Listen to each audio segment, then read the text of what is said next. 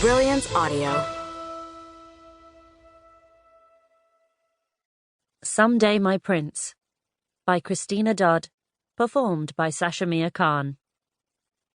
At the ball celebrating her 25th birthday, Crown Princess Laurentia scrutinized the leering, timid, swaggering, toe-dragging, eloquent, stuttering sea of black and white evening wear and thought she had never seen such a pitiable pool of suitors in her life.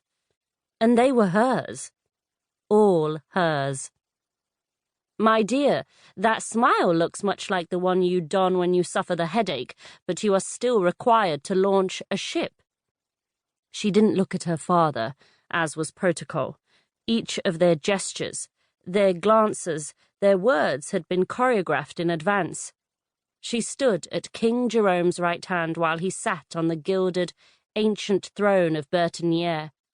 Both wore elegant smiles. One by one gentlemen moved forward to the foot of the dais to make their bows to the woman, or more accurately, the kingdom they hoped to win. Yet King Jerome spoke in a tone that carried no farther than her ears, and he sounded remarkably amused. Moreover, she knew his smile was sincere. And why not? She'd made him a promise, and he hoped that promise would lead to the fulfillment of his dearest dream. Hers, too, she reminded herself. She was the only heir to the tiny Mediterranean kingdom of Brilliance, and she must produce a child, preferably two, before her fruitful youth vanished.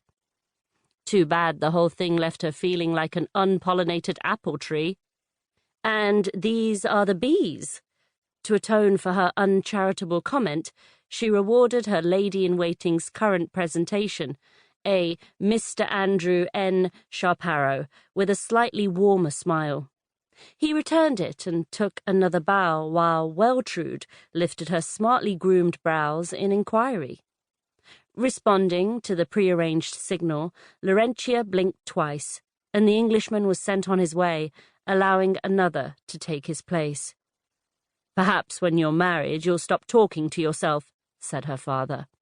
"Probably not. I enjoy intelligent conversation." He chuckled, then smothered his mirth behind a regal cough. "You haven't given the poor lads a chance." She chose to ignore his remark. "Besides, you talk to yourself." Taking her gloved hand, he patted it between his palms. "I used to talk to your mother. I still do, the best way I know how." Given in to temptation, she looked down into his warm brown eyes and wished, not for the first time, that she could be more like him, intelligent yet kind. Without conceit, she knew she was intelligent too, but her intelligence contained the sting of acerbity.